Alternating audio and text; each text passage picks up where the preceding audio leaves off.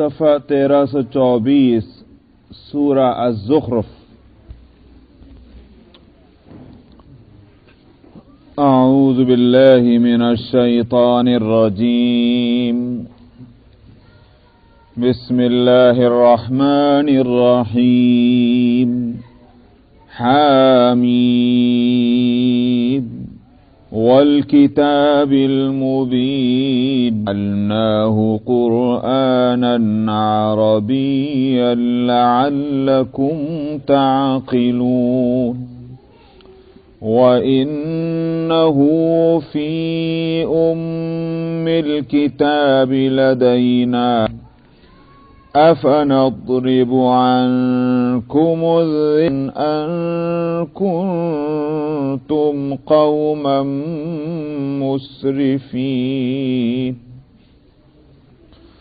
وكم أرسل من نبي في الأولين نبي إلا كانوا به يستهزئون فأهلكنا أشد منهم بطشا ومضى مثل الأولين ولئن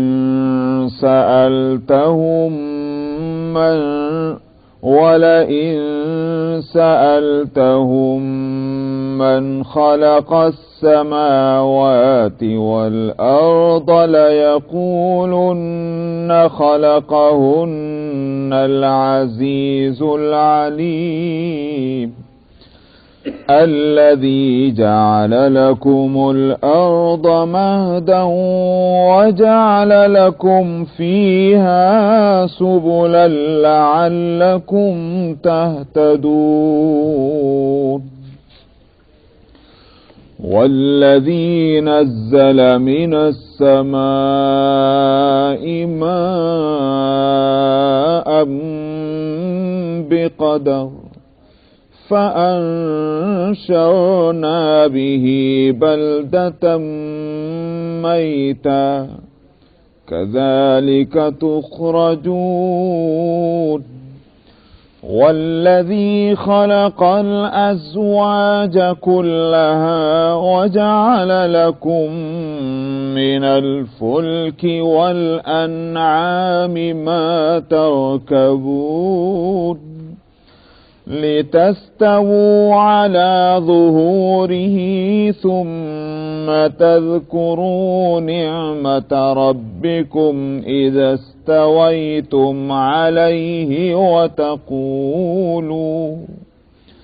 وتقولوا سبحان الذي سخر لنا هذا وما كنا له مقرنين وإنا إلى ربنا لمنقلبون وجعلوا له من عباده جزءا إن الإنسان لكفور مبين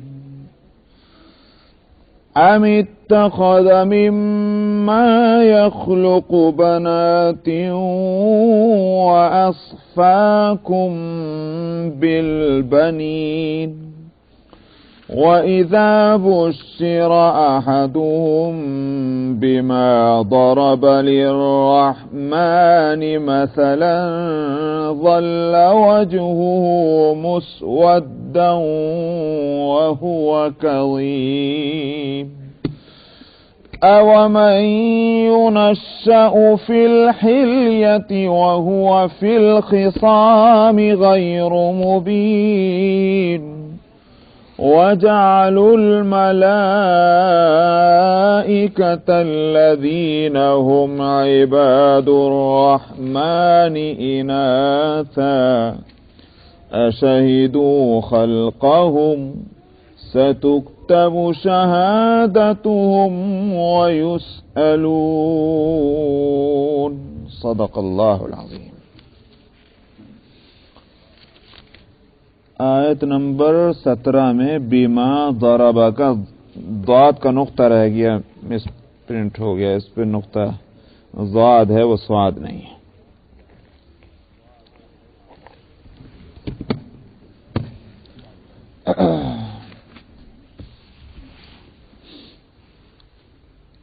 سورہ الزخرف، یہ نام اس کا آیت نمبر 35 میں لفظ زخرف آیا ہے، اس سے لیا گیا،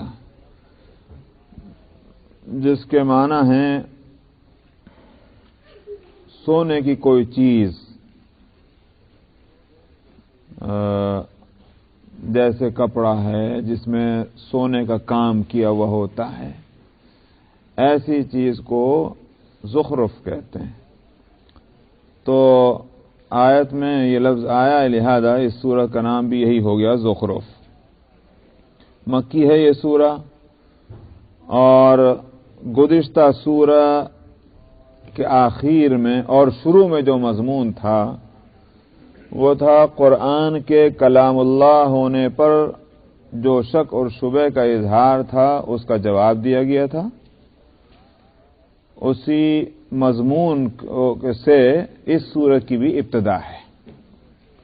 قرآن کے کلام اللہ ہونے کی بات پچھلے سورت کے شروع میں بھی تھی اور آخر میں بھی تھی، اور اس سورت میں بھی وہی مضمون ہے۔ یہ مناسبت ہے اس سورت کی پچھلی سورت کے ساتھ۔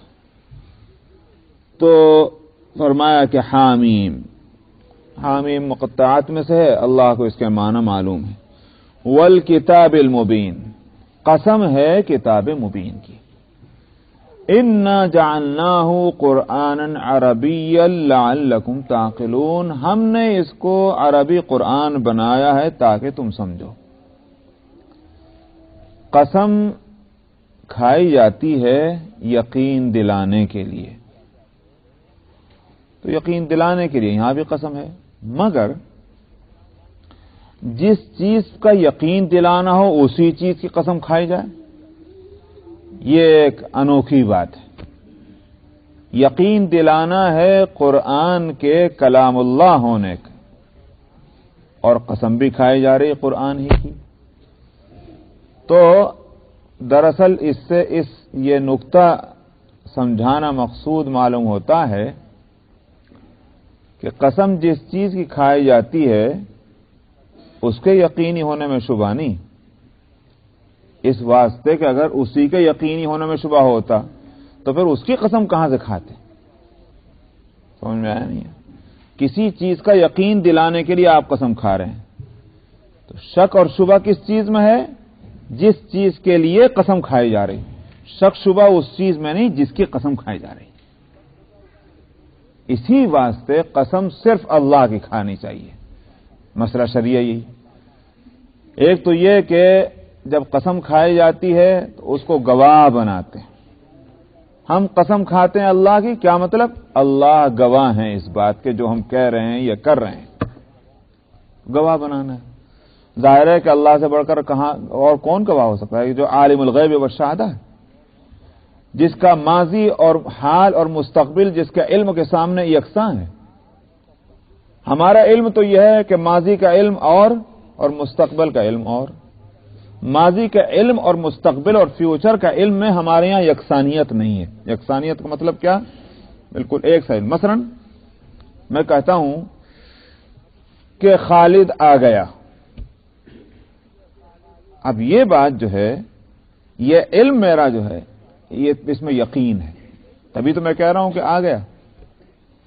لیکن میں کہوں خالد آئے گا، ظاہر ہے کہ اس میں فرق ہے۔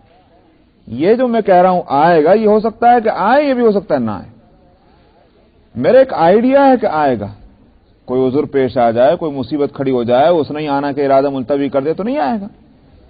تو ماضی کا علم یعنی پاسٹ اور فیوچر، ماضی اور مستقبل، ان دونوں کا علم انسان کو جو ہے وہ یکساں نہیں دیا گیا۔ اللہ سبحانہ و تعالی کی شان یہ ہے کہ اس کا علم ماضی اور مستقبل جو ہمارے اعتبار سے ماضی اور مستقبل ہے، اس کے نزدیک سب کا علم یکساں ہے۔ ایک کام ہو گیا، اللہ کو جیسے اس کا علم ہے، ایک کام ابھی نہیں ہوا اور جو ہوگا اللہ کو اس کا بھی ابھی علم ویسا ہی ہے۔ سمجھ میں آیا نہیں آیا؟ تو اس واسطے قسم اللہ کی کھائی جاتی ہے، اور اللہ کے سوا کسی اور کی قسم نہیں کھائی جانی چاہیے۔ مسئلہ شرعیہ یہی ہے، کیونکہ گواہ بنانا ہے اور اللہ ہی اس بات کا گویا کہ اس پوزیشن میں ہے کہ ان کو گواہ بنایا جائے۔ ایک دوسری بات یہ ہے، وہ جس کی وجہ سے میں نے یہاں کہا تھا کہ جس کی قسم کھائی جاتی ہے وہ تو یقینی ہو، ورنہ اگر وہی غیر یقینی ہے تو اس کی قسم کہاں سے کھائیں گے؟ اور اللہ سبحانہ و تعالیٰ کی ذات اور اس کا وجود سب سے زیادہ یقینی ہے، اس لیے قسم بھی اللہ کی کھانی ہے۔ تو یہاں قسم کھائی گئی ہے کتاب مبین قرآن کی، اور یقین دلانا کس بات کا کہ یہ قرآن اللہ کی کتاب ہے۔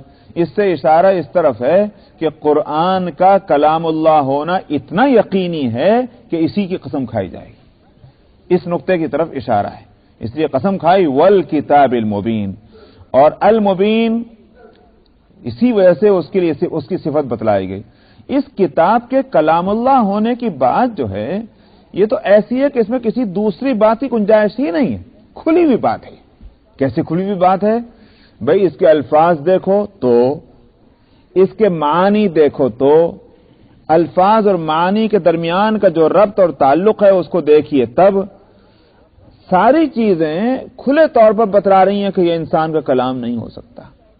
انسان کے کلام کے لیے میں نے بہت پہلے بھی کئی مرتبہ یہ بات کہی ہے کہ انسان کے کلام میں فرق ہے، تسلیم ہے۔ ایک جاہل کا کلام، ایک عالم کا کلام، ایک غیر ادیب کا کلام، ایک ادیب کا کلام، ایک شاعر کا کلام، ایک غیر شاعر کا کلام، یقیناً فرق ہوگا۔ پھر ان ادیبوں میں اور عالموں میں اور شاعروں میں بھی درجے ہیں بے شمار، تسلیم ہے۔ مگر آپ دیکھتے ہیں کہ کسی انسان، چاہے وہ اس کا کوئی بھی درجہ آپ قائم کر لیں، اس کے کلام میں ایسی یکسانیت کہ شروع سے لے کر آخر تک اس کا پورا دیوان پڑھ جائیے، اس کی پوری کتاب پڑھ جائیے، کہیں کوئی لفظ ایسا آپ کو نہ ملے کہ جہاں انگلی رکھ سکیں، سوال ہی پیدا نہیں ہوتا۔ یہ شان قرآن حکیم کی ہے کہ جس میں آپ کو کہیں انگلی رکھنے کی جگہ نہیں ہے، کہیں بھی آپ یوں نہیں کہہ سکتے کہ یہ لفظ جو ہے یہ اس اسٹینڈرڈ سے نیچے ہے جس اسٹینڈرڈ کی فلانی سورہ ہے، یہ نہیں کہا جا سکتا۔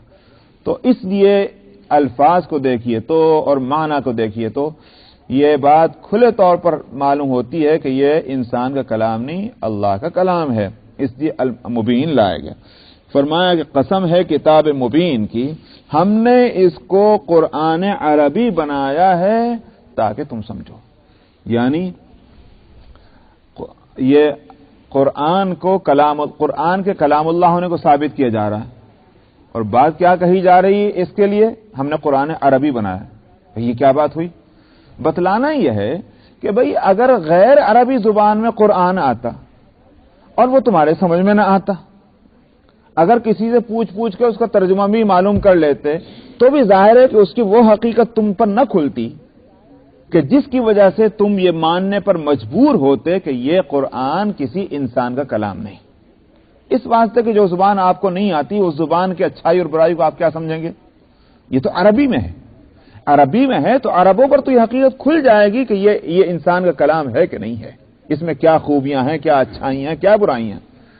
تو تمہارے لیے تو اس کا سمجھنا مشکل نہیں ہے، لیکن اگر تم بھی نہیں سمجھ رہے ہو تو کیا کیا جائے؟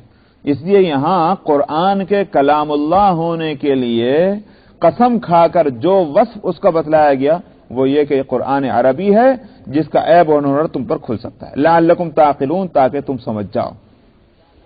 وَإِنَّهُ فِي أُمِّ الْكِتَابِ لَدَيْنَا لَعَلِيٌّ حَكِيمٌ۔ رہ گئی بات یہ کہ اگر یہ قرآن کلام اللہ ہے تو سوال یہ ہے کہ پیچھے اور کتابیں جو آئی تھی، مثلا تورات آئی تھی، بھائی وہ کہے میں آئی تھی؟ ہبروں میں آئی تھی۔ بھائی انجیل کہے میں آئی؟ ہبروں میں آئی۔ یہ قرآن عربی میں کہاں سے آ گیا؟ آسمانی کتابیں تو جو آئی تھی وہ ہبروں میں آئی تھی، یہ قرآن عربی میں کیسے ہے؟ تسلیم ہے کہ ہماری زبان عربی ہے، مگر اللہ کی کتاب تو پہلے جو آتی رہی ہیں وہ تو عربی میں نہیں آئی، اب کیوں عربی میں آ گئی؟ چونکہ یہ عربی محمد کی زبان ہے صلی اللہ علیہ وسلم، اس لیے ہم کہتے ہیں کہ یہ قرآن جو ہے یہ محمد کا کلام ہے، اللہ کا نہیں، اللہ کا ہوتا تو ہبروں میں آتا، جیسا کہ تورات آئی، جیسا کہ انجیل آئی۔ اس کا جواب یہاں یہ ہے کہ وَإِنَّهُ فِي أُمِّ الْكِتَابِ لَدَيْنَا لَعَلِيٌّ حَكِيمٌ، یہ قرآن لوح محفوظ میں محفوظ ہے. اس کو یہاں فرمایا گیا ام الکتاب. ام الکتاب سے مراد ہے لوح محفوظ. کہتے ہیں اصل کو، سمجھ میں آیا؟ روٹ، جیسے درخت کے لیے جڑ جو ہے وہ اس کے لیے ہے. اس سے بھی آگے میں بتاؤں، بیج جو ہے جس سے وہ نکل کر آتا ہے وہ اس کی اصل ہے، اس کو کہا جا سکتا ہے. جاندار انسان ہو کہ حیوان ہو جس سے وہ باہر آتے ہیں نکل کر کے، ان کو کہا جاتا ہے، جس کا ہم اردو میں ترجمہ کرتے ہیں ماں. لیکن عربی میں جو ہے وہ جیسے ماں کو کہتے ہیں، ہر اصل کو بھی کہا جاتا ہے. اسی واسطے قرآن حکیم کے اندر جو مختلف صورتیں ہیں، ان صورتوں میں سورہ فاتحہ کو الکتاب کہا گیا. کیوں کہا گیا الکتاب؟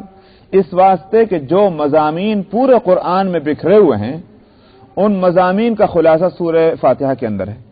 اصل وہی نکلی. جیسے تھوڑی دیر کے لیے مان لیجیے، اگر آپ کوئی کتاب لکھیں تو اس کا ٹاپک کیا ہوگا، کیا آپ کس مضمون پر اس کو لکھنے جا رہے ہیں، جس کو انٹروڈکشن کہتے ہیں، وہ اصل ہوتا ہے. اس کو آپ پہلے لاتے ہیں، اسی کے مطابق پوری کتاب ہے. جو بات آپ انٹروڈکشن میں کہہ رہے ہیں وہی بات پوری کتاب میں پھیلی ہوئی ہوگی. اس کو الکتاب اسی لیے کہا گیا سورہ فاتحہ کو کہ اس میں توحید، قیامت، ہدایت، جو اصل مضامین ہیں قرآن کے، ان سب کا تذکرہ اس سورہ فاتحہ میں موجود ہے. اس کو الکتاب کہا گیا. اصل کے معنی میں ہے کے. اسی وجہ سے لوح محفوظ کو الکتاب کہا. کیوں؟ اس لیے کہ وہ اصل ہے، وہیں سے ہر چیز نکل کر آتی ہے.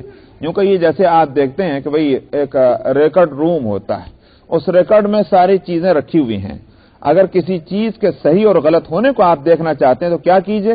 ریکارڈ روم میں پہنچ جائیے، وہاں سے جو ریکارڈ ہے اس سے ملا لیجئے کہ آپ کے پاس جو ڈاکومنٹ ہے وہ اصل ہے کہ یا فراڈ ہے. اس میں اگر ریکارڈ روم میں جو ریکارڈ ہے اس سے ملا لیا وہ صحیح ہے تو بالکل صحیح ہے، نہیں تو غلط ہے. اسی طرح سے لوح محفوظ جو ہے وہ پوری کائنات کا ریکارڈ ہے. تو فرمایا کہ قرآن حکیم اسی لوح محفوظ میں ہے کہ جس لوح محفوظ میں پچھلی کتابیں بھی ہیں.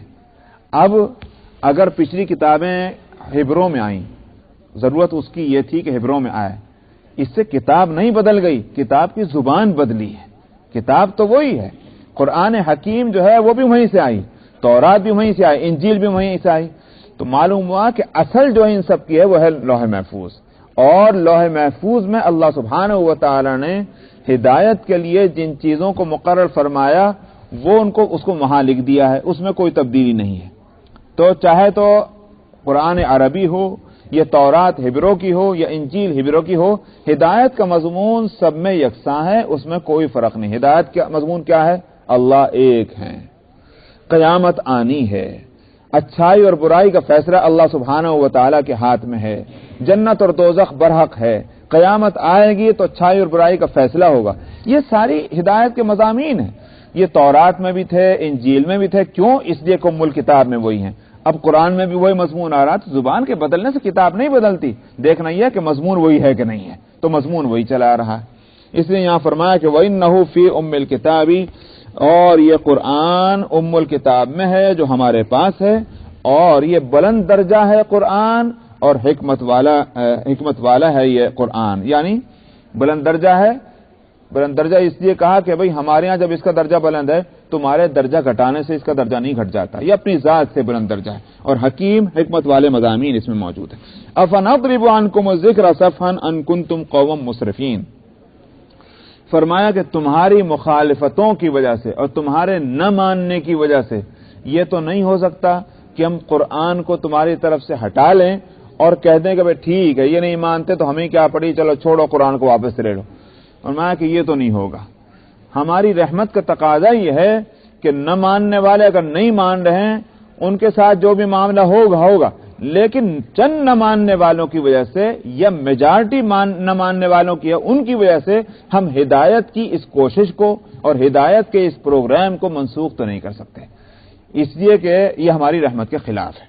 فرمایا کہ ہم نہیں پھیر سکتے ذکر کو تم سے لپیٹ کر اگر تم ہو قوم مسرف یعنی حد سے گزر جانے والے۔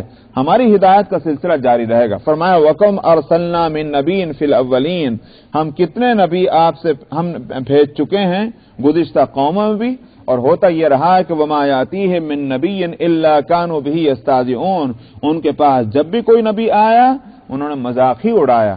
تو ہم نے یہ کیا کہ فَأَهْلَكْنَا أَشَدَّ مِنْهُمْ بَطْشًا وَمَضَىٰ مَثَلُ الْأَوَّلِينَ، جو مجرمین تھے ان کی طاقت اور قوت کچھ بھی کام نہ آئی، ان کو سزا ملی، لیکن ہماری ہدایت کا سلسلہ کتابوں کے نزول کی صورت میں، انبیاء علیہ السلام کی بعثت کی صورت میں وہ بدستور جاری رہا۔ وہ اب بھی اسی ہماری حکمت اور اسی پلان کے مطابق محمد صلی اللہ علیہ وسلم کو ہم نے بھیجا، قرآن کو بھیجا۔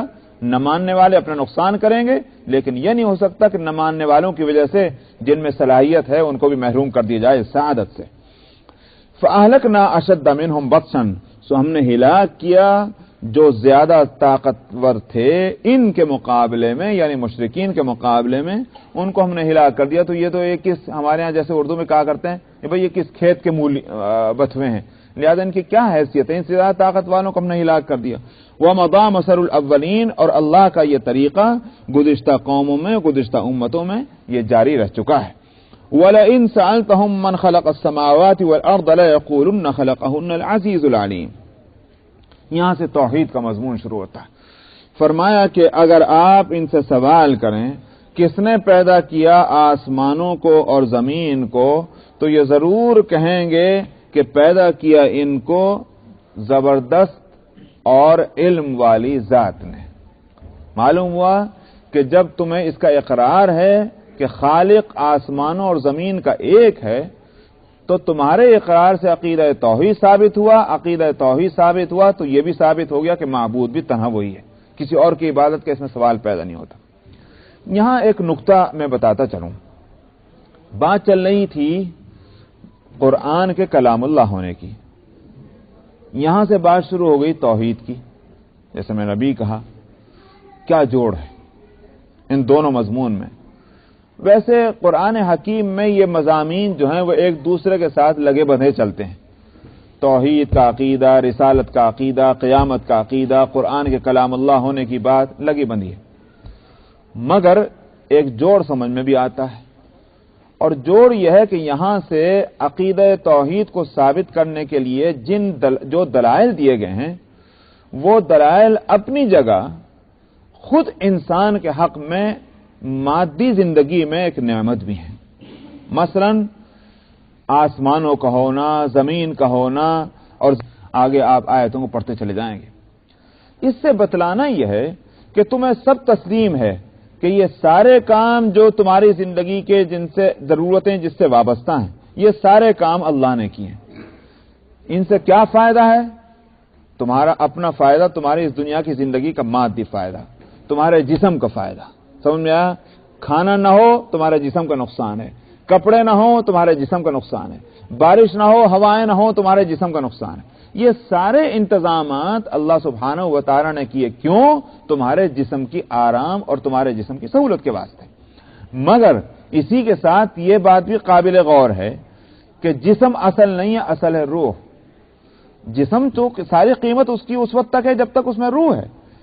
سوال یہ ہے کہ اللہ سبحانہ و تعالی نے تمہارے اقرار کے مطابق اگر یہ تمہارے جسم کی ضرورت اور سہولت کے واسطے سارے انتظامات کیے، تمہارے دماغ میں یہ بات کیوں نہیں آتی کہ تمہارے روح کے واسطے بھی اللہ تعالیٰ نے کچھ انتظام کیا ہوگا؟ اور اگر ہے تو وہ کیا انتظام ہے؟ نبی آئے تم اس کو نہ مانو، کتاب آئے تو اس کو نہ مانو، تو پھر وہ کیا انتظام ہے اللہ کی طرف سے تمہاری روح کے سہولت اور نجات کا؟ کہ جسم کی سہولت کے واسطے تو مانتے ہو کہ اللہ نے سارے انتظام کیا اور صرف اللہ نے کیا، مگر روح کے انتظام کے لیے کیا، روح کے واسطے کیا انتظام ہے وہ نہیں مانتے، تو کس قدر بے عقلی کی۔ یہ ہے جوڑ دونوں مضامین میں۔ اگر آپ ان سے پوچھیں کس نے پیدا کیا آسمانوں کو اور زمین کو، تو ضرور کہیں گے کہ پیدا کیا ہے ان کو زبردست اور علم والی ذات نے۔ الذی جعل لکم الارض مہدا وجعل لکم فیہا سبلا لعلکم تہتدون، یہاں سے خود اس کے لیے مزید دلائل دے رہے ہیں۔ فرماتے ہیں ہاں وہی وہ ذات ہے جس نے بنایا ہے تمہارے لیے زمین کو پالنا. مہد کہتے ہیں وہ جو بچے کو جس میں لٹاتے ہیں آرام کرنے کے لیے, بچے کو اس میں جھولا بھی کہہ سکتے ہیں مہد, تو بچے کو اس میں لٹاتے ہیں تاکہ آرام سے اس میں سوتا رہے. گود کو بھی کہتے ہیں مہد, اس لیے کہ اس میں بھی آرام ہے. تو یہاں آپ کہہ سکتے ہیں کہ زمین کو ہم نے گود بنا دیا, یعنی زمین میں لیے راستے بنا دیے تاکہ تم ہدایت پالو. کیسی ہدایت پاؤ راستوں سے؟ اللہ سبحانہ و تعالی نے اس زمین کو جو بنایا, اگر شروع سے لے کر آخر تک, شمال سے لے کر جنوب تک اور مشرق سے مغرب تک ایک میدان ہوتا یکساں, تو صاحب آدمی کو یوں ہی پتہ نہیں چلتا میں اس وقت ہوں کہاں اور کہاں مجھے جانا ہے اور کہاں تک میں پہنچ گیا. اگر اسے آپ سفر کا چلو بھائی پیدل چلو, اب بتا تم کہاں ہو, پتہ ہی نہیں کہاں ہے, اس لیے کہ جہاں سے چلے تھے وہ بھی ویسی جگہ ہے اور جہاں پہنچ گئے وہ بھی ویسی جگہ ہے. اللہ تعالیٰ نے کیا کیا, زمین کے اندر کچھ ایسے نشانات مقرر کر دیے اور زمین کو اس انداز میں بنایا کہ ایک جگہ دوسری جگہ سے ملتی جلتی نہیں ہے. کہیں پلین ہے تو کہیں پہاڑی علاقہ ہے, تو کہیں دریا ہیں, کہیں ندیاں ہیں, کہیں نالے ہیں. ان میں فرق جو رکھا ہے اس کی وجہ سے کیا ہے, انسان بھٹکتا نہیں, وہ اپنی منزلیں بنا لیتا ہے اور منزلوں تک ان راستوں سے پہنچ جاتا ہے, تو اس کو بھٹکنا ذرا اس کے لیے مشکل ہوتا ہے. اس لیے فرمایا کہ ہم نے تمہارے لیے راستے بنائے. یہ راستے بنانا بھی اللہ کی مہربانی کی بات ہے. لعلکم تہتدون, تاکہ تم ہدایت پالو, یعنی منزل تک پہنچ جاؤ جہاں تمہیں پہنچنا ہے. اور لعلکم تہتدون کے ایک دوسرے معنی یہ بھی ہو سکتے ہیں کہ اللہ کی اس کاریگری کو دیکھ کر تم ہدایت پالو, یعنی اللہ کی وحدانیت کے قائل ہو جاؤ. یہ دونوں معنی ہو سکتے ہیں. والذی نزل من السماء ماء بقدر, زمین سے ذرا اوپر اٹھاؤ اپنی نظر کو اور فرماتے ہیں کہ دیکھو یہ نعمت کیسی ہے کہ اللہ نے آسمان سے تمہارے لیے پانی اتارا ہے ایک خاص مقدار کے ساتھ. بقدر کا مطلب ایک مقررہ مقدار کے ساتھ, اتنا بھی نہیں کہ اتر ہی نہ رہا پانی. سمجھ میں آیا, جتنی ضرورت ہے زمین کو اس سے کم اتر رہا ہے. تو دیکھتے ہیں جب کبھی ایسا ہوتا ہے تو کتنا نقصان ہوتا ہے. یہ بھی نہیں کرتے کہ اللہ تعالیٰ جتنی ضرورت ہے اس سے زیادہ اتار دیں. کبھی اگر ایسا ہو جائے تو آپ دیکھتے ہیں کتنا نقصان ہوتا ہے. زمین کے واسطے جتنی ضرورت ہے اتنے ہی عام طور پر اللہ سبحانہ و تعالیٰ اتارتے ہیں. جب اس سے کم اور زیادہ ہوتا ہے اس کے معنی یہ ہے کہ اللہ میاں کو سزا دینا چاہ رہے ہیں. لیکن زمین سسٹم کو چلانے کے واسطے جتنی ضرورت رکھی اللہ نے اتنی ہی پانی اتارتے بھی ہیں. یہی اللہ کی مہربانی کی بات ہے. اگر گھڑوں کی طرح سے الٹتے ہیں بادل سے کتنا نقصان ہوگا. اسی طرح سے پانی جو ہے وہ آئے مگر بہت کم آئے تو ظاہر ہے کہ زمین کی پیاس نہیں بجھے گی. یہ ہے بے قدر کہ اتارا ہے ہم نے آسمان سے پانی خاص مقدار میں. فانشرنا به بلدۃ میتا, تو ہم اس سے اٹھا کھڑا کر دیتے ہیں ایک مردہ بستی کو. مردہ بستی جس میں پانی کے نہ ہونے کی وجہ سے زندگی کے آثار نہیں ہیں. اب پانی برستا ہے تو زندگی جو ہے اس میں آثار, کھیتیاں لہلا رہی ہیں, ہریالی ہے, ظاہر ہے کہ یہ زندگی ہے. کذالک تخرجون, فرمایا کہ اس سے ایک اور نقطہ بھی سن لو, اسی طرح سے تم کو ایک دن اٹھا دیا جائے گا. مرے بعد تم دوبارہ زندگی اسی طرح مل جائے گی جیسے بارش برسنے کے بعد سوکھی زمین لہلا جاتی ہے, اسی طرح تمہیں ایک دن ہم اٹھا دیں گے, قبروں سے نکال دیں گے. کذالک تخرجون والذی خلق الازواج كلها وجعل لكم من الفلك والانعام ما تركبون, فرمایا وہی وہ ذات ہے جس نے پیدا کیا ہے ہر چیز کے جوڑے. جوڑے انسانوں میں جوڑے ہونا تو معلوم ہے, ایک مرد ہے ایک عورت ہے. جانوروں میں جوڑا ہونا بھی معلوم ہے, ایک نر ہے ایک مادہ ہے. قرآن حکیم میں یہاں کیا آ گیا, ہر چیز کے جوڑے. معلوم یہ ہوتا ہے کہ ابھی انسان کے علم کی رسائی ابھی وہاں تک ہی نہیں ہوئی جو قرآن بہت پہلے ایک بات کہہ چکا ہے. قرآن کہتا ہے اور چیزوں کے بھی جوڑے ہونا معلوم ہوتا چلا جا رہا ہے, لیکن ابھی ہر چیز کے جوڑے ہیں یہ حقیقت نہیں کھلی ہے. اللہ نے یہ بات پہلے سے بتائی. فرمایا کہ اسی پیدا کیا ہے جوڑے ہر چیز کے. وَجَعَلَ لَكُم مِّنَ الْفُلْكِ وَالْأَنْعَامِ مَا تَرْكَبُونَ, پیچھے گزشتہ دور کے مفسرین وہ اسی واسطے ازواج کا ترجمہ کہ اللہ تعالیٰ نے ہر چیز کی قسمیں بنا دی. ظاہر ہے کہ وہ اس وقت یہی بات کہی جا سکتی تھی, لیکن ازواج کا اصل ترجمہ جو ہے وہ جوڑے ہیں. یعنی گروپ کے، یعنی جیسے جیسے مثلا مرد اور ایک عورت یہ جوڑا ہے، نر اور مادہ ایک جوڑا ہے، اسی طرح اللہ تعالیٰ نے ہر چیز کے جوڑے بنائے.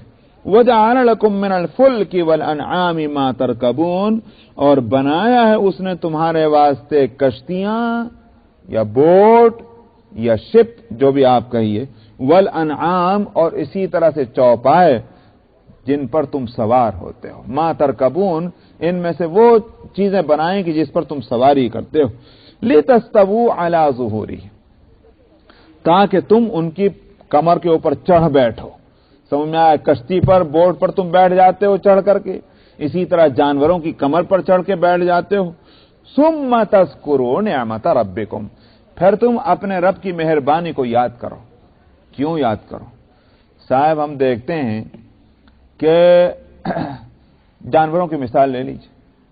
جانوروں میں کتنے وہ جانور ہیں اگر وہ سرکشی پہ آ جائیں تو انسان کی کوئی طاقت ان کے سامنے نہ چل سکے.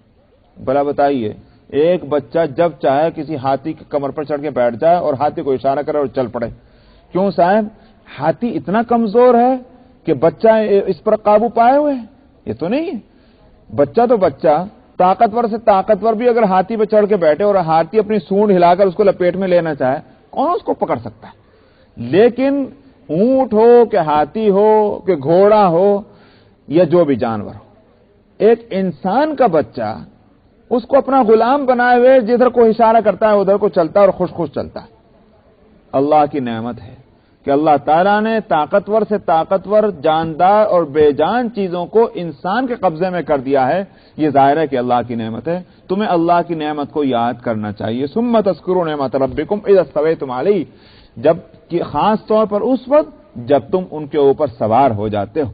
اور اس یاد کا اظہار کس طرح ہونا چاہیے؟ وَتَقُولُوا، اور تم کہو سبحان الذی سخر لنا هذا وما كنا له مقرنین، پاک ہے وہ ذات کہ جس نے ہمارے لیے اس کو مسخر کر دیا ہے، ہماری خدمت پر اس کو لگا دیا ہے. تسخیر جو ہے وہ ایسی خدمت کو کہتے ہیں جس کا ٹھیک ہندی میں ترجمہ ہے بیگار. بیگار کے معنی کیا ہیں؟ بیگار کے معنی یہ ہیں کہ اس خدمت کے کسی معاوضے کی کوئی ذمہ داری نہ ہو. سمجھ آئے؟ ایک تو ہم اور آپ جاب کرتے ہیں تو امپلائی جو ہے اگر اس کی ذمہ داری ہے کہ وہ کام کرے تو امپلائر کی ذمہ داری ہے کہ معاوضہ دے. سمجھ آئے؟ دو طرف سے ذمہ داریاں ہیں برابر کی. لیکن بیگار اس کو کہتے ہیں کہ بس ایک کام یہ ہے کہ کام کرتے رہو، دوسری طرف سے کوئی ذمہ داری نہیں آتی کہ وہ معاوضہ دے کہ نہ دے. اس کو کہتے ہیں بیگار، جس کو کہتے ہیں مفت کی خدمت. اس کا ٹھیک ترجمہ کیا ہوگا؟ مفت کی خدمت. یہی ہے تسخیر، کہ اللہ سبحانہ و تعالی پاک ہے وہ ذات کہ جس نے ہمارے لیے بیگار پر لگا دیا ہے اس کو، کس کو؟ جس پر ہم سوار ہیں. وما كنا له مقرنین، ہمارے بس میں نہیں تھا کہ ہم اس کو قابو میں کر لیں. یہ ہے وما كنا له مقرنین. یہ ہے وہ دعا کہ جو سوار ہوتے وقت پڑھنی چاہیے. حدیث میں نبی کریم صلی اللہ علیہ وسلم نے اور آگے فرمایا وَإِنَّا إِلَىٰ رَبِّنَا لَمُنْقَلِبُونَ، یہاں تک. اور ہمیں اپنے رب کی طرف لوٹ کر جانا ہے. یہ چیز جو ہے وہ اس سوار ہوتے وقت تمہارے ذہن میں رہنی چاہیے. کیوں؟ اس واسطے کہ جیسے یہ ایک سفر ہے، سوار ہو کر تم سفر کر رہے ہو، ایسے ہی اس سفر کے وقت میں تمہیں ایک بڑے سفر کا بھی خیال آنا چاہیے جو یقینی ہے. دوسرے سفر میں ایک دوسرا سفر بھی شروع ہو سکتا ہے. کوئی حادثہ پیش آ جائے سفر میں تمہیں اور تمہاری سواری کو، تو لیجئے ایک سفر کے ساتھ دوسرا سفر شروع ہو گیا، تو پہلے کیوں نہ اس سفر کا خیال کر کے بیٹھو تم، تاکہ تیار رہو تم اس کے لیے. تو وَإِنَّا إِلَىٰ رَبِّنَا لَمُنْقَلِبُونَ، اور ہمیں ضرور بے ضرور اپنے رب کی طرف لوٹ کر جانا ہے. یہ آیتیں جو ہیں یہ سفر کے وقت کی اسی واسطے مسنون قرار دی گئی. نبی کریم صلی اللہ علیہ وسلم کی شان یہ تھی کہ آپ جب سواری پر سوار ہوتے اور رکاب میں پیر رکھتے اور بیٹھتے اس سواری کے اوپر، تو آپ کے لیے ثابت ہے، عبداللہ ابن عمر رضی اللہ عنہ کے حدیث میں ہے کہ آپ 3 مرتبہ بسم اللہ پڑھتے جب سواری پر سوار ہوتے، اور 3 مرتبہ آپ کہتے اللہ اکبر اللہ اکبر اللہ اکبر، اور اس کے بعد آپ فرماتے یہ آیت پڑھتے سبحان الذی سخر لنا هذا وما كنا له مقرنین وإنا إلى ربنا لمنقلبون. اور اس کے بعد آپ یہ دعا مانگتے اللہم انی اسألوک فی سفری ھذا البر والتقوی، اے اللہ میں آپ سے سوال کرتا ہوں اس سفر میں بھلائی اور تقوی کا، ومن العمل ما ترضى، اور ایک ایسے عمل کی میں دعا مانگتا ہوں کہ جس سے آپ راضی ہوں، ومن العمل ما ترضى، اللہم انت الصاحب فی السفر، اے اللہ آپ سفر میں میرے ساتھی ہیں، والخلیفۃ فی المال والاہل، اور آپ میرے پیچھے ذمہ دار ہیں میرے خاندان کے، میرے گھرانے کے، میری فیملی کے اور میرے مال کے، آپ ہی ذمہ دار، میں تو جا رہا ہوں، سمجھ میں آیا، مجھے کیا معلوم میرے پیچھے کیا گزرے گی میرے گھر والوں پر، آپ ہی اس کے ذمہ دار ہیں، والخلیفۃ فی المال والاہل، اللہم حول لنا السفر واطول لنا البعید، اے اللہ سفر کو آسان کر دیجئے اور دوری کا جو ہے فاصلے ان کو جو ہے اس دوری کو لپیٹ دیجئے، یعنی مطلب یہ کہ بڑی سہولت کے ساتھ، آسانی کے ساتھ، تھوڑے سے وقت کے اندر میرا وہ سفر پورا ہو جائے، واطول لنا السفر، اللہم اصحبنا فی سفرنا، اے اللہ ہمارے سفر میں آپ ہمارے ساتھی ہو جائیے، واخلفنا فی المال والاہل، اور ہمارے گویا خاندان میں، گھرانے میں اور ہمارے مال کے معاملے میں آپ ہی ذمہ دار بن جائیے، اللہم انی اعوذ بک من وعثاء السفر، اے اللہ میں آپ کی پناہ چاہتا ہوں سفر کی مشقتوں کے اندر، وکآبۃ المنقلب، اور بری واپسی سے، کآبہ کہتے ہیں غمگین ہونا، رنجیدہ ہونا، میں سفر سے واپس آؤں تو رنج اور دکھ اور درد لے کے واپس آؤں، میں اس بات سے میں پناہ چاہتا ہوں، والحور بعد الکور، اور اسی طرح سے کسی ایسی زیادتی سے میں پناہ چاہتا ہوں آپ کی جس کا مجھے نقصان اٹھانا پڑے، وسوء المنظر فی المال والاہل، اور میں جب واپس آؤں تو میں بری حالت میں اپنے خاندان کو، اپنے گھر کو اور اپنے مال کو پاؤں، اس سے میں پناہ چاہتا ہوں، لا الہ الا انت، آپ کے سوا کوئی معبود نہیں، ظلمت نفسی فانہ لا یغفر الذنوب الا انت، بے شک میں نے اپنے اوپر ظلم کیا ہے گناہ کر کے، آپ کے سوا کون مغفرت کر سکتا ہے میرے گناہوں کی، یہ ہے وہ دعا جو نبی کریم صلی اللہ علیہ وسلم سواری کے وقت میں مانگا کرتے تھے۔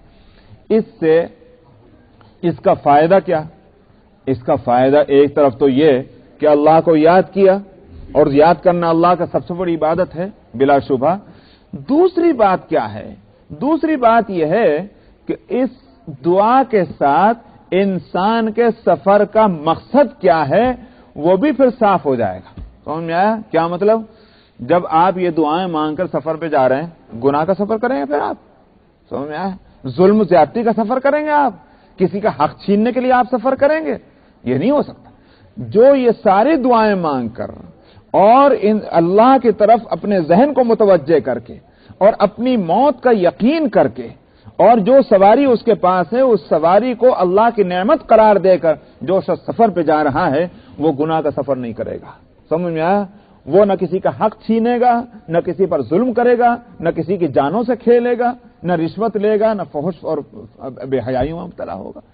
تو اس تصور سے اور اس یقین سے ایک انسان کے سفر کی ایک اخلاقی حالت جو ہے وہ بھی متعین ہو جاتی ہے۔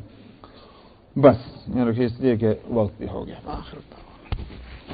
اس سورہ الزخرف آیت نمبر 15۔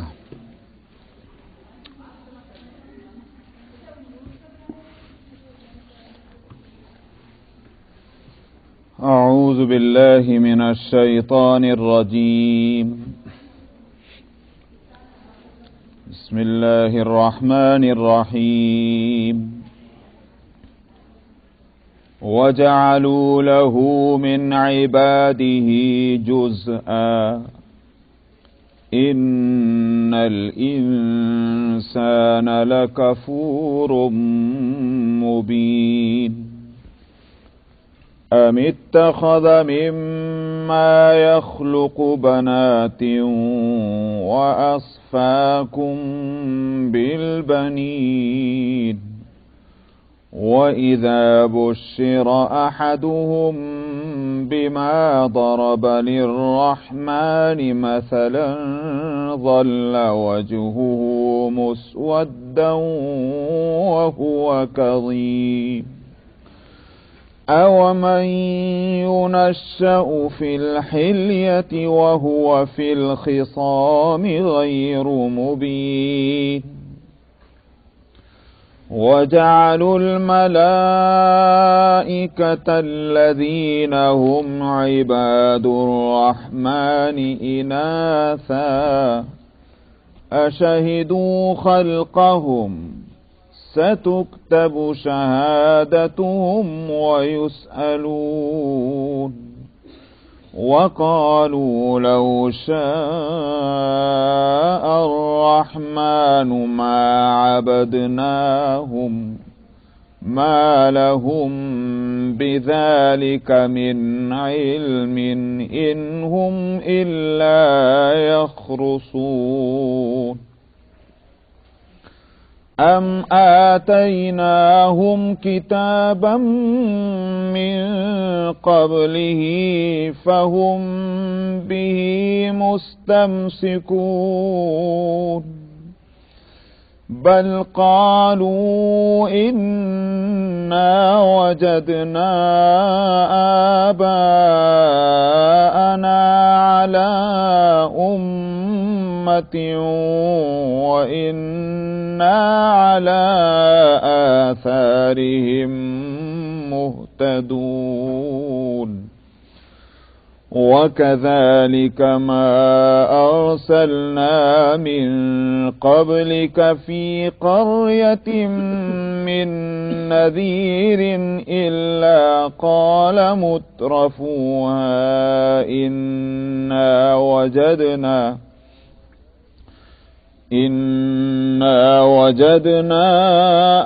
آبَاءَنَا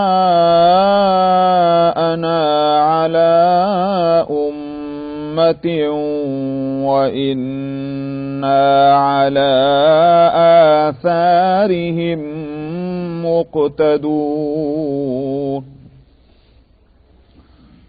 قَالَ أَوَلَوْ جِئْتُكُم بِأَهْدَىٰ مِمَّا وَجَدتُّمْ عَلَيْهِ آبَاءَكُمْ قَالُوا إِنَّا بِمَا أُرْسِلْتُم بِهِ كَافِرُونَ فَانتَقَمْنَا مِنْهُمْ فَانظُرْ كَيْفَ كَانَ عَاقِبَةُ الْمُكَذِّبِينَ وَإِذْ قَالَ إِبْرَاهِيمُ لِأَبِيهِ وَقَوْمِهِ إِنَّنِي بَرَاءٌ مِّمَّا تَعْبُدُونَ إِلَّا الَّذِي فَطَرَنِي فَإِنَّهُ سَيَهْدِينِ وَجَعَلَهَا كَلِمَةً بَاقِيَةً فِي عَقِبِهِ لَعَلَّهُمْ يَرْجِعُونَ بَلْ مَتَّعْتُ هَٰؤُلَاءِ وَآبَاءَهُمْ حَتَّىٰ جَاءَهُمُ الْحَقُّ وَرَسُولٌ مُّبِينٌ وَلَمَّا جَاءَهُمُ الْحَقُّ قَالُوا هَٰذَا سِحْرٌ وَإِنَّا بِهِ كَافِرُونَ صدق الله العظيم.